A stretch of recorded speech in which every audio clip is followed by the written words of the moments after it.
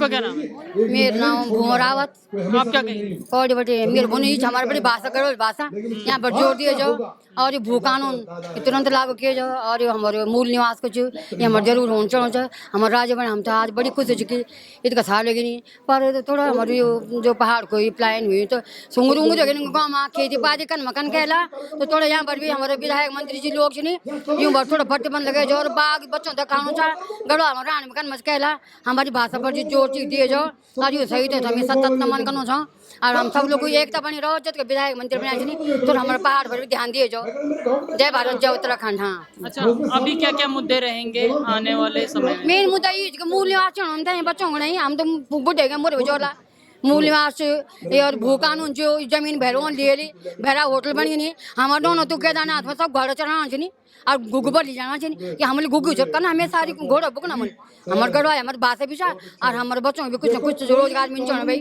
अब ये गुना लोग आउट सोर्सिंग लगाना चाहिए अरे नो हमारे नो भी लगा कहे फैक्ट्री में कहे हॉस्पिटल में कहे दुकान में सब भैरा का काम एम्स में भैरा लोग चाहिए जल ग्रांट में भैरा लोग चाहिए देहरादून में भैरा लोग चाहिए हमारे पहाड़ों के नहीं पहाड़ी रह गया आई लगना लोग पहाड़ा का लोला पहाड़ा हमको लोला मत बोल हमने उत्तराखंड बना रखा है ये हमारी राजधानी है ये हमारा सम्मान होना चाहिए हमारे बच्चों को रोजगार मिलना चाहिए और हमारी भाषा पे फोकस जरूर होना चाहिए बस। क्या एक और आंदोलन हो सकता है इस काम के? आंदोलन हम रात दिन करना हमारे तो आंदोलन तब बढ़ की 24-25 साल में हम तो रात दिन सड़क कोई वर्षा भी था भी बुढ़े हो गया हम अपने बच्चों को बाना भी रोना चाहे नौकरी नहीं चाहे अपने भाई बंधु बाना अपने होटलों को बाना अपने खेती को बाना सब खेती बिक गया ही हम लोग में पैसा नहीं चाहे हमारी जमीन जाए सब बिक गया हमारी भाषा सब छोड़े ले हमारे बच्चों अंग्रेज बना चाहिए हम तो पिछड़े रह गया पर वो बाग भल्लो पर बेचारा कुछ पट्टे बन लगाती वो श्याल पर कुकर बनाई कुछ नहीं रह गया खेत बात हमारे खत्म हो गया पर थोड़ा विधायक मंत्री देखला तो फिर भी हमारे पहाड़ नीचे हमारे देवभूमि उत्तराखंड देवभूमि बनी कर डाली हमारी प्रार्थना चाहिए शहीद से यूँ सतत नमन करना चाह बार बार प्रणाम करना चाह यूँ कह बदौलती ये उत्तराखंड बनी और तुम लोग सब एक सहयोग कर लो जो तुम लोग पत्रकार था तुम मेन था हमारा अग्नि को रास्ता खुन खड़े मूल निवास करा हमारो आज भू कानून भी लागू करा घरा लोग में जमीन जी बिकावा और हमारा ध्यान रखा जरूर। जय भारत जय उत्तराखंड। क्या नाम है? विजय लक्ष्मी गुसाई हूँ। अच्छा, 23 साल हो गए उत्तराखंड को उत्तराखंड राज्य बने हुए उत्तर प्रदेश से अलग हुआ था। क्या कुछ देखती हैं कि इन 23 सालों में क्या हुआ और क्या करने की जरूरत है? 23 साल हो गए सुनने में ही ऐसा लगता है कि ना जाने कितने साल हो गए ना और हुआ क्या खोदा पहाड़ निकली चुहिया वाला हिसाब हो गया। हमारे उत्तराखंड के जो 94 से जो आंदोलन महिलाओं ने घर और सड़क से जो है विधानसभा से लेके और सीधे लोग आपके संसद तक हिला दिया पूरे भारत में नहीं पूरे इतिहास को रचा उस समय। 2 अक्टूबर के दिन जो इतना लोहा लुहान हुआ और वही हमारे उत्तराखंड के राज्य की नींव पड़ी। उसी दिन से हमारा राज्य था स्वास्थ्य सेवाएं शिक्षा और बच्चों की लिए जो है सब सुविधाएं तो रोजगार को ही लेके हमारा आंदोलन शुरू हुआ था। तो इसलिए जब रोजगार को लेकर आंदोलन शुरू हुआ तो आज भी हम उसी शहीदों के ये जो शहीद हमारे हैं इन्हीं शहीदों के अभी तक सपने साकार नहीं हुए हैं। क्यों नहीं हुए? क्योंकि आंदोलन के जो हम लोगों ने था कि हम आंदोलनकारी हैं और हम लोग जो है राज्य लेंगे और अपने बच्चों के लिए यहाँ पर जो रोजगार के साधन कमाएंगे। आज वो साधन 23 साल तक भी हम लोग उस साधन को नहीं कर जो हमारे पास बच्ची नौकरियाँ थी यहाँ पर उन नौकरियों को भी बाहर के आपने देखा होगा कैसे कैसे लोगों को जो है नौकरियाँ मिल गई और उस नौकरी मिलने के बाद आज भी हमारे बच्चे जहाँ के तहाँ हैं। ये बहुत दुख की बात है। यही हमारे 23 साल में सबसे बड़ा क्या मिला जहाँ का तहाँ ही समझेंगे। रही गांव की बात कि हम गांव का विकास करेंगे जब हमारा उत्तराखंड राज्य बनेगा तो प्लान नहीं होगा। ये हमारा ख्वाब था कि प्लान नहीं होगा राज्य मिलेगा तो हम अपने गाँव को सशक्त बनाएंगे उत्तराखंड को सशक्त बनाएंगे। पर राज्य बना और जो है सारे लोग जो हैं उधर से पलायन होकर के और शहरों की तरफ आ गए। क्वेश्चन आंसर लगता है आपने ठीक पूछा क्यों आ गए? इसलिए आ गए कि उत्तराखंड राज्य में वहाँ पर जो शिक्षा नहीं है तो लोग शिक्षा के लिए पहले जाते थे लखनऊ, दिल्ली, अब वो देहरादून आने लगे क्योंकि इंस्टीट्यूट यहीं खुले। फिर धीरे धीरे जो है स्वास्थ्य सेवा यहीं मिली थी उत्तराखंड। तो सारे किसकी कमी है? जो सरकारें आई हैं उन्होंने इस तरह से ध्यान नहीं दिया कि हम इन चीज़ों को बनाएंगे वहाँ पर। और सबसे पहले सरकार ने ये करना था कि 13 जिले के लड़कों को, बच्चों को अगर वहाँ पे विभाग है और वहीं पे अगर रोजगार है, वहीं पर नौकरियां हैं, तो उन लोगों को वहीं नौकरी देनी चाहिए थी। हम लोगों का पहले से ये आंदोलनकारियों का रहा है कि जिले में ही जिले के जो नियुक्तियां होती हैं उसी जिले के युवाओं को मिलना चाहिए, उन्हीं महिलाओं को मिलना चाहिए, बेटियों को मिलना चाहिए। क्यों? कि वे अपने घर में रह करके, अपने खेत खलिहानों में रह करके वो इस तरह से शहरों में नहीं आती। क्यों?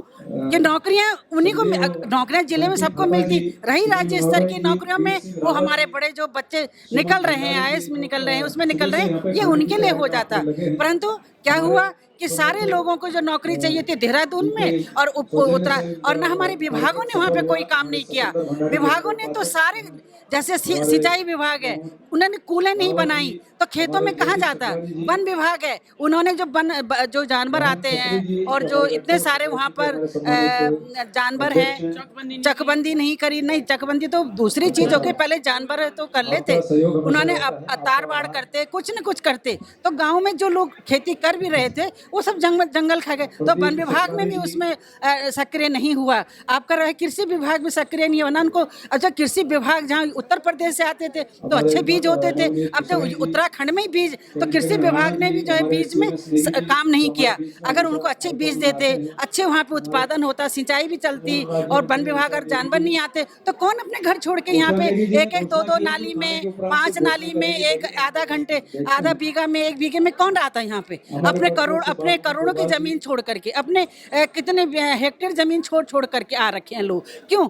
और यहाँ पर भी गधेरों में जितने भी हैं वो सब बाहर की बस्तियां बसा दी गई हैं नेताओं ने वोटों के लिए। और जो असली लोग हमारे यहाँ के हैं वो आज भी भूमि के लिए रो रहे हैं। इसीलिए मूल निवास के लिए हमारे पहले भूमि कानून को बनाना बहुत जरूरी है। जिस दिन हमारा भूमि कानून बन जाएगा उस दिन हमारे कहीं ना कहीं युवाओं के लिए, महिलाओं के लिए, जमीनों के लिए हमें लाभ होगा। और एक दूसरा मैं आपसे और कहना चाहूँगी, आपने कहा कि सुझाव दीजिए, तो सबसे पहला मेरा यही सुझाव होगा कि 23 साल में या तो हमारे नेताओं के अनपढ़ नेता तो बना दिए गए हैं। कोई भी नेता पढ़ा लिखा 10% नेताओं को छोड़ करके 60% नेता हमारे अनपढ़ हैं। क्यों? कि उनको विधायक चाहिए, वो टिकट को जो है पैसों से खरीद के ले आते हैं। असली जो मतलब विधायक होते हैं या असली जो उन्होंने बनना था वो हो नहीं पा रहे हैं। इसीलिए हमारी जनता का सबसे बड़ा जो है अभाव है। हमारी दिमाग अनपढ़ तो हमारी सारे उत्तराखंड की जनता ही हो गई है। वो अपने अगल बगल स्थानीय लोग जो बच्चे जो उनसे काम कर रहे हैं वो उनकी तरफ ध्यान नहीं दे रही है। जो अचानक पैसों से आ जाता है वो उनको ध्यान देती है। यही कारण है कि आज तक उत्तराखंड के विकास में 23 साल हो गए और 23 साल के बाद आज तक हमारे उत्तराखंड का विकास ही नहीं हुआ है। और विकास हुआ है, परंतु कैसे विकास हो रहा है? सड़कें बना दी गई हैं, एक बरसात आती है सारी सड़क बह जाती है। आपने देखा होगा डोईवाला के पास इतना बड़ा पुल बना दिया गया, 2-3 महीना नहीं वो भी टूट गया। तो ये विकास नहीं है। और अभी देखना आपने जो रोड बनी हुई है सब देखा आप, सब बह रही। यहाँ इतनी बड़ी रोड बनाने की जरूरत भी नहीं थी। यहाँ मजबूत ठोस मार्ग होने थे। कहा कि ट्रेनें चलेंगी, जब उत्तराखंड खाली हो गया तो ट्रेन की क्या आवश्यकता थी? साफ सुथरी बात है, इतना हमारे सड़कों पे ही सारा व्यापार हो सकता था, पर नहीं हुआ। क्यों? ये सारे प्रोजेक्ट का जो इनका होता है उसमें लाते हैं और आज ट्रेनें देखना फिर भूखा। जब ये अंदर सारे बम विस्फोट लगा देंगे, हमारे पहाड़ हिल गए हैं बारिश से, तो कितना बड़ा विकास भी होगा, वो भूस्खलन होगा और एक दिन वो गाड़ियाँ भी और रेल भी सब जो है वो खत्म हो जाएंगी। इसीलिए हमें तो ठोस चाहिए था, ठोस विकास। आप केदारनाथ में जाइए, इतनी बड़ी केदारनाथ मोक्ष धाम है, वहाँ पर सोना मढ़ करके रात को चुराने का। तो ये क्या कर रहे हैं योजनाएं बना रहे हैं और उन्हीं योजनाओं को लाभ उठा करके अपना विकास तो कर रहे हैं, पर उत्तराखंड का विकास नहीं हो पा रहा है। ये मेरा सबसे बड़ा दुर्भाग्य है हमारे उत्तराखंड का कि यहाँ पर पढ़े लिखे बुद्धिजीवी पूरे भारतवर्ष में हैं, दिल्ली के सचिवालय में हैं, पर यहाँ इनका पता नहीं क्या सोच हो गई है, जिस सोच के कारण आज हमारा उत्तराखंड दर्द से कराह रहा है। बच्चे रो रहे हैं, बच्चे अपना अधिकार मांग रहे हैं, तो उनको डंडा मार दिया जा रहा है। क्यों? इसीलिए मैं कहना चाहूँगी कि हमारे उत्तराखंड में नेताओं को अगर पढ़े लिखे होते और वो प्रोजेक्ट बनाना आता तो आज हमारा 10% आरक्षण जो तिवारी जी सरकार में स्वीकृत हो गया था, अब वो राजभवन में फंसा हुआ था, तो राजभवन में उन्होंने हस्ताक्षर करना था, तब तो बीजेपी सरकार आ गई थी, उन्होंने हस्ताक्षर, आज तक हस्ताक्षर ही नहीं हुए। अब फिर वही चीज चल रही है दोबारा, फिर उसने हस्ताक्षर ही होके पास होना है तो वहाँ करा देते, यहाँ हो जाता।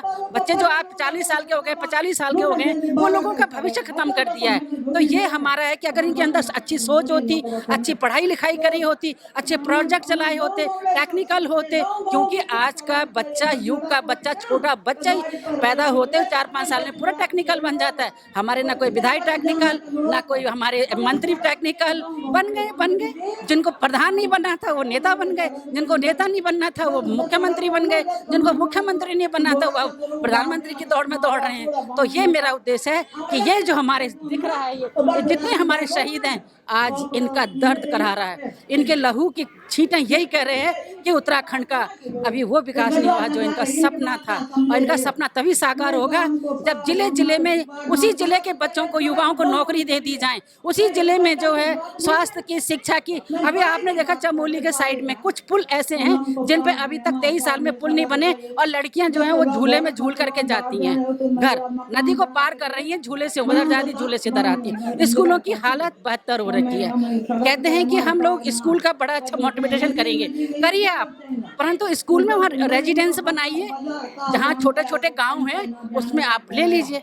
तो मैं इन्हीं शब्दों के साथ अपना विराम देती हूँ कि आने वाले कल में उत्तराखंड का विकास हो, विस्तार हो, और मैं इन शहीदों को नमन करते हुए श्रद्धांजलि देती हूँ।